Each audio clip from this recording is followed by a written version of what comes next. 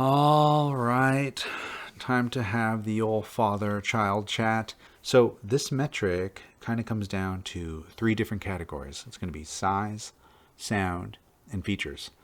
Ignoring size for a second, sound and features can weirdly almost be put on like a linear graph. For example, I absolutely love the sound of my MPC 60 Mark II, MPC 60, same thing, and it's my favorite sounding MPC. But with it, you don't get a lot of features. It sounds the greatest, but it does not have a filter. It only uses floppy disks, has a very basic amp envelope, and if you get the Vimana firmware upgrade in yours, a separate little chip, you can have a total sample time of about, wait for it, 23 seconds for your entire song. And that's it. So, okay, you want more features? Well, the next one up is the MPC 3000. An important thing here, we need to remember that at this point in time, the goal was to get a cleaner and cleaner sounding sampler. You wanted what you put into it to sound exactly the same as when it was coming back out of it. So with the MPC 3000, it still has a decent punch and sounds really good, but I don't think it sounds as crunchy or punchy as the MPC 60. And this is because the MPC 3000 is 16-bit and the MPC 60 is 12-bit. But on the MPC 3000, you get a tilting screen, a really good delay, a filter, an envelope for that filter, and a few other things like more banks for sounds and a couple other things I might have forgot. After that, after the 3K, you have the MPC 2000 and the 2000 XL, which gets even cleaner in audio with more features. So when the sound is getting cleaner, it's in a way to some people losing its character. It's losing that texture and sound that it has by default that a lot of people associate with older samplers. And for a time, as the MPCs got newer with more features, they also got smaller and smaller, but with less characteristic to their sound. But that was just for a brief moment in time, because eventually they went all out on the MPC 4000, which was my personal favorite for a time because it has all the features you would ever need when it comes to making music. But I don't know, according to myself, when I did this sound comparison, I chose it last amongst the other samplers for its sound. That's all I was comparing. I still love the 4K. So which MPC is best? I mean, MPCs are something special to me, and I don't even know how to explain it, but I'll never forget using the MPC 4000 for the first time and having this feeling of me as a machine. Like, for whatever reason, it immediately clicked and I understood it and I was hooked. So I wanted to see if there were other better ones out there, thus started my collecting of them, and I've basically tried them all at this point. And the weird thing is, there's definitely a culture of MPC users, and there's a culture within that culture of the old school and the new school MPC user. And as often as all the different mindsets argue, they ultimately argue that their way is a better way at doing the same thing. And that same thing, as cheesy as it is having fun. If something isn't fun to use, it's got to go. Okay. I'm dragging this on too long. Why do I care about this stuff so much? Actually, you know what? Really quick, before we wrap this up, let me give a quick shout out to today's video sponsor, who I am extremely thankful for in supporting me and letting me do these weirder chats. But that video sponsor is SkillShare. In case you're not familiar, SkillShare is an online learning community for creatives. They have tons of classes on whatever you want to learn, from crypto to Zen meditations to interior design if you want to spice up your studio. And seriously, like, whether you're just starting or just looking for a class or just looking for ideas, there will be a class for you. And actually, a class that I've been checking out lately is, which I love, by the way, is Plants at Home by Christopher Griffin, aka the Plant Queen. I really don't know if there's a way to truly capture the beautiful lushness of walking into a green space. It just feels good. It feels good for the body, it feels good for the mind, it feels good for the spirit. In Christopher's class, he helps you not only discover new plants, but which plants work right for certain spaces, and even helps you define your space, which will let you know which plants are best for your dungeon of a studio.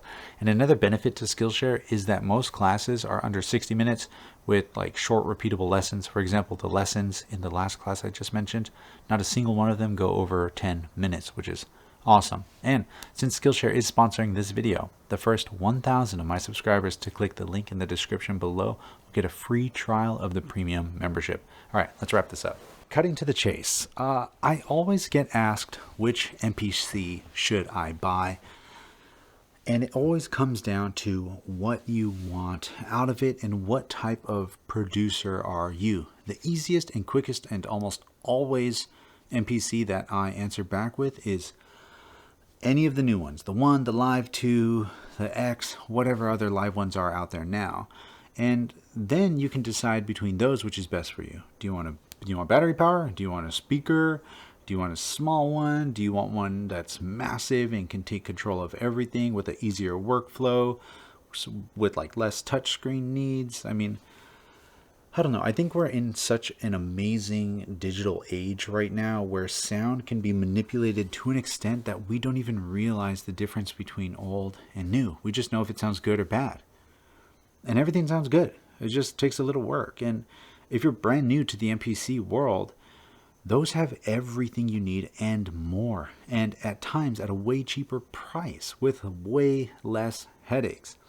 The worst thing is like coming from Ableton Live, where you have an entire sandbox of a DAW to do whatever you want at the flick of a button or a click of a button. I don't know if you flick your mouse. And then you go to an MPC 2000 and realize you have 1/20th of the features on there. But if you're already set in your ways and you have ways you like to do things and the way you make music, and I don't know, you just want to add a little spice or a little bit of a texture or something like that to the sounds or your samples, I would go with any of the old ones, like before 2000. Basically, the MPC 60, 3000, 2000, 2000 XL, they all have a pretty nice crunch to them.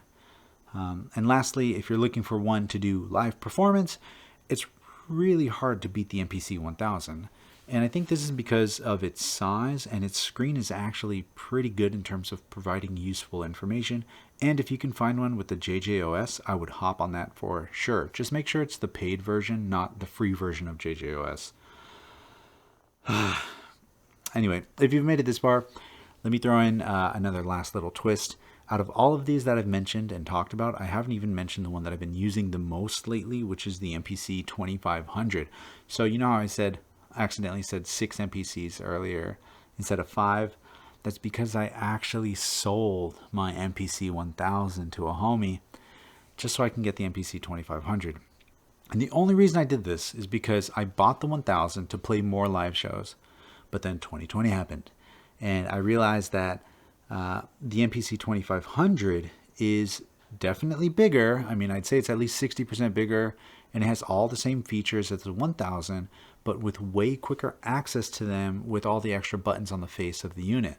So the 1000 always felt like a small version of my MPC 4000, but I think the 2500 strikes that balance even more, but I wouldn't necessarily take the 2500 out to play live with me just because it's a little too big. And the 4000 is still my favorite to work on, but I think that might just be part sentimental and maybe part feature set. I mean, it has it all, but it's hard to recommend for a modern setup since it would want to just take over everything, and it taking a back seat to do like some hi-hats once in a while is super overkill, and you can get that done with any other MPC. With all that said, I'm really interested in the MPC Live 2. I know I've had a bad experience with the first version of it, but I think I'm willing to give it another shot just because, I don't know, I don't think it got a fair chance with me. And I'd also like to say that a lot of those moments, I think I was using kind of like my old school MPC user mind, you know, that ego, and not really using my beginner's mind. Yeah. Okay. Glad to get that all out. Again, quickly to wrap it up, live performance, MPC 1000. It's standalone, does everything for you, or any of the new ones. For any of the new ones, take your pick. You know how to choose between those. Just compare them. They're easy. You want some texture and sound, maybe some neck-breaking swing. Get any of the older ones that were before the 2000. And the 2000 the XL as well. All right. That's it for me. I hope to see you again next week. It's always a pleasure seeing you. And yeah, until then, you already know the drill. Share the love. Share the knowledge. Knowledge is power. Peace. Oh, boy. Wait for the comments.